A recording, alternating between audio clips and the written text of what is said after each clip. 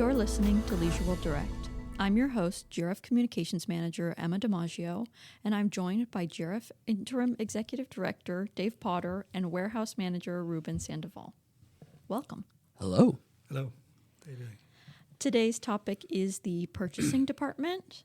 So for those who aren't familiar, Ruben, can you describe to me what the purchasing department is and what its main responsibilities are?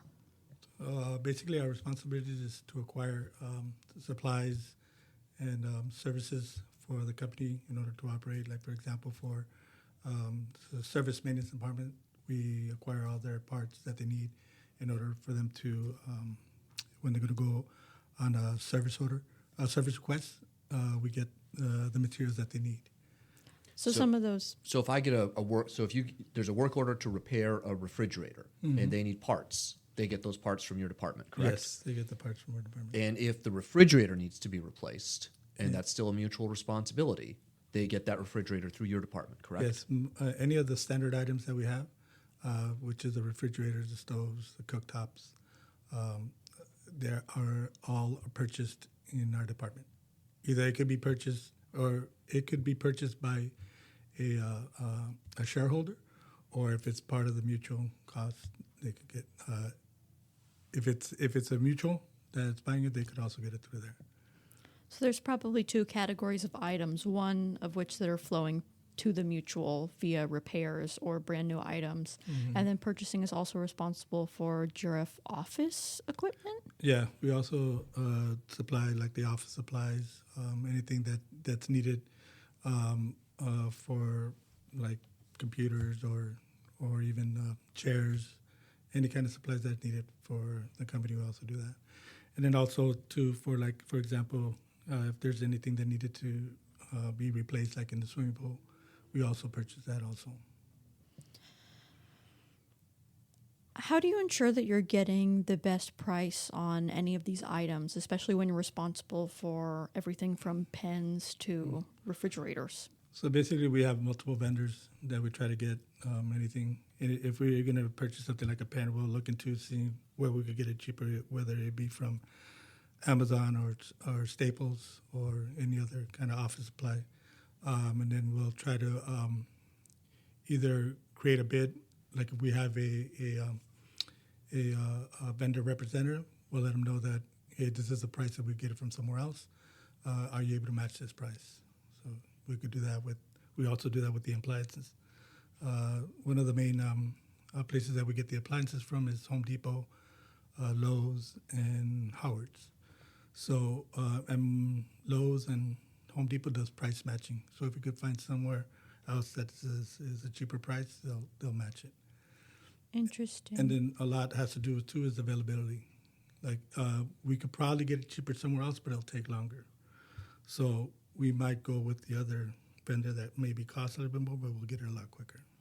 I'm sure the price matching helps. I know I heard in a recent committee meeting that someone had gone down to purchasing has its own little storefront, and they were wondering if the prices would be any better, and they said that they found several items at the purchasing department that were much cheaper than you'd be able to get at Home Depot. Yeah, and that's what we try to do. Basically, we go into multiple vendors, and each time we're trying to purchase something. Obviously, like I said, we're not always able to get the lowest price because of the fact that availability, and that's the most important part, to be honest with you. And the price fluctuates over time, right? Yes. And we've talked about that before. Mm-hmm. You may buy 100 pens on a specific day, and then someone may be looking at this 3 weeks later, and they may say, hey, wait a minute, there's a cheaper price here today than what you paid 30 days ago, but that was the best price 30 days ago, not today. So a lot of times too, that might happen is for example, a refrigerator, we'll get it on sale, and then at the time that we do that list that we do for the newspaper, that's the price that we put in because that's the price that we got it for at that time. So on that list, it says prices are subject to change because the next time we get the refrigerator might not be for that same price. Oh, that makes sense. We do run in the newspaper a list of, I guess it's just common items that residents are purchasing or might need to purchase. It comes in the form of an ad, and you guys send us updated prices for that every once in a while. Yeah. Are there any approaches that purchasing takes when negotiating or acquiring items? Are there any best practices that people who aren't involved in purchasing might not know? So the best thing that we try to do is buy things in bulk, because that gets us to get it for cheaper, and then also create like a contract, letting them know that we're going to be getting this for multiple times, so they'll say, okay, they'll lock us in on a price. So that's something that we have going on right now with the stoves, with the ovens, that we're locked in for a price for like I think 2 years. So even though that price goes up, it'll still stay the same because we're constantly purchasing those ovens. Interesting. You're not bulk ordering big items, right? Like, how many fridges do you have in stock right now? Right now, I could say we have at least 10. Whoa. And we'll buy like maybe 10 every 2 weeks. Wow. So we get those at a low price also. And then, just creating a relationship with the vendors, because I think it helps when you do that. So when I need something, they're available, right? So I try to, obviously use multiple vendors as it's required. But I try to say, like, say, for example, we do a lot of business with Lowe's. And the reason I do that because, like, when there's something wrong with the refrigerator, I'm able to return it fairly quickly and get a refund for it. Whereas if I go to another vendor that I don't do as much business, it's kind of harder to do that with. Interesting. So that's the reason I try to create relationships with the vendors, too. And that helps. Is there anything about your department that people are often surprised to learn? That not really. The only thing that I can say that we do extra is basically we also do the inter-office mail here, and we do trips to the post office, and that's another part of is when they had the copy and supply center here. We used to do that. But other than that, I think everybody is kind of familiar with what we do. Yeah, straightforward. Mm-hmm. Tell me more about the little storefront that you guys have in the maintenance yard. Mm-hmm. Well, that's basically so that anybody could buy anything that they would need, like say like a light bulb or a lot of the fire prevention things that we have, like the fire blankets, the goalies that we have. Are they able to buy it there? We kind of sell mostly anything that they would want to get, except for electrical items, because we don't really want people doing their own Electrical work in their units. Work in their units. So for the most part, it's they're able to purchase anything that we have as far as standard items. Can people make suggestions for things that they think it might be good for you to stock? Yeah, I mean, yes.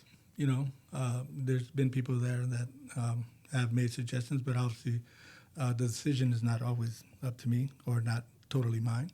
But we have, for example, the refrigerator that we carry right now doesn't carry a deli drawer, which is essential. Yes, yes, it is.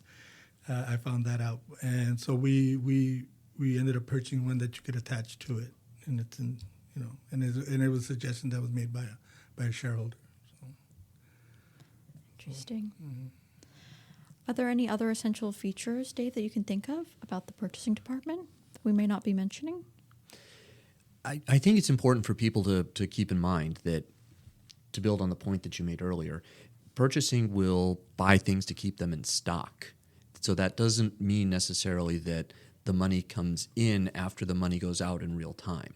Mm-hmm. So you hear me talk about GRF as a commercial bank sometimes in terms of our relationships with the mutuals.